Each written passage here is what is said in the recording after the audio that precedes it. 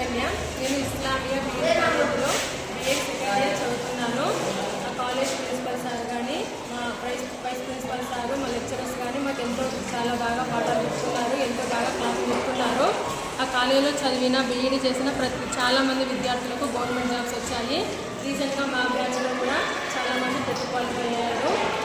Study చాలా బాగా ఉంది. మాకు lecturers, principal sir, vice principal sir మాకు చాలా బాగా మోటివేషన్ కానీ, క్లాసెస్ కానీ చాలా మంచి మంచి విషయాలు చెప్తారు.